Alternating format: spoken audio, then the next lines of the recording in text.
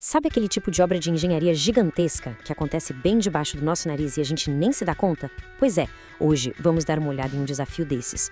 Como se mantém a energia fluindo numa das ferrovias mais importantes do Brasil, enquanto ela literalmente nunca para. Essa aqui é a famosa estrada de ferro Vitória-Minas, a FVM.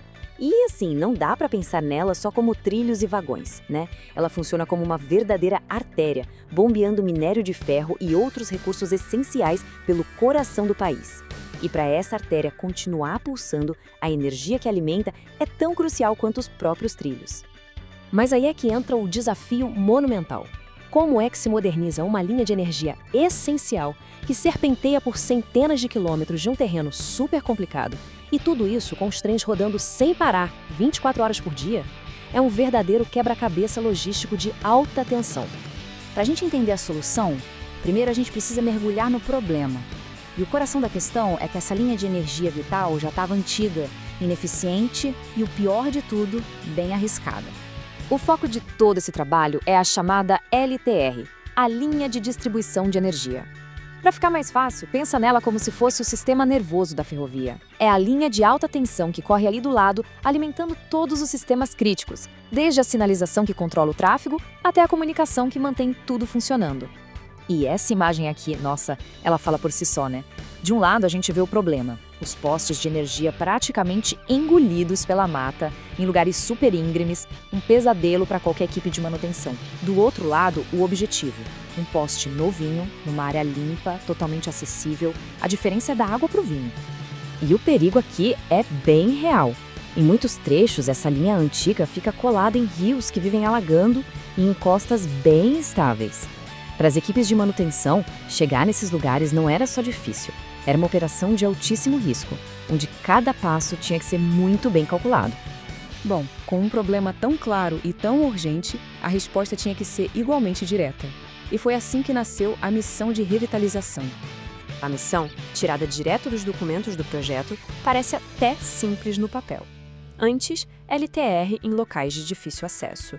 Depois, LTR realocada e revitalizada. Mas essa simplicidade toda esconde uma complexidade, uma escala de trabalho que é, sinceramente, monumental.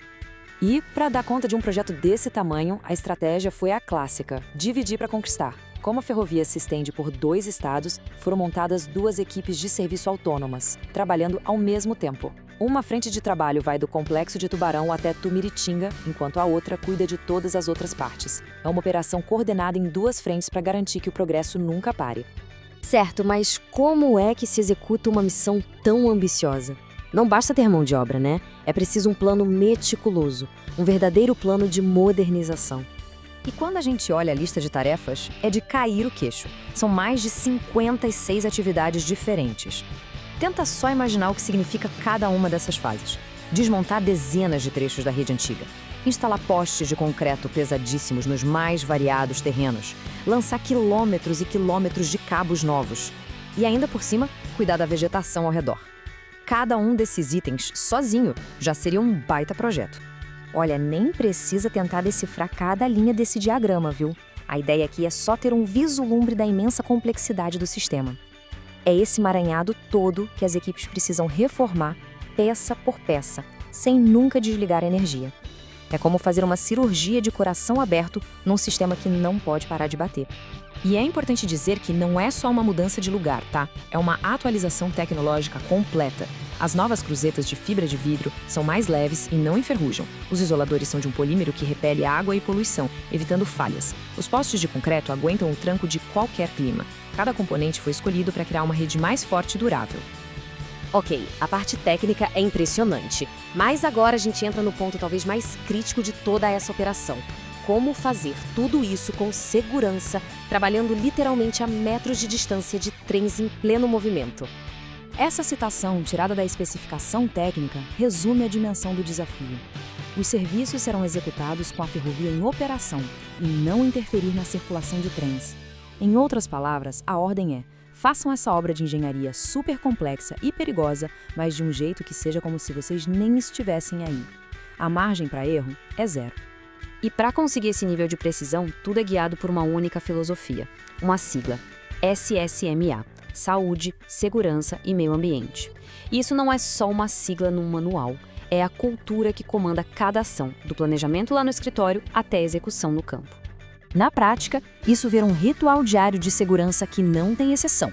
Começa com o briefing, para todo mundo estar na mesma página, depois vem a análise de risco da tarefa, onde eles mapeiam tudo o que pode dar errado. Só então, com a permissão de trabalho seguro em mãos e depois de todas as checagens, o trabalho finalmente começa. É um processo metódico, feito para não dar espaço ao acaso. A mensagem final é muito clara. Ali, perto dos trilhos, não existe tarefa pequena.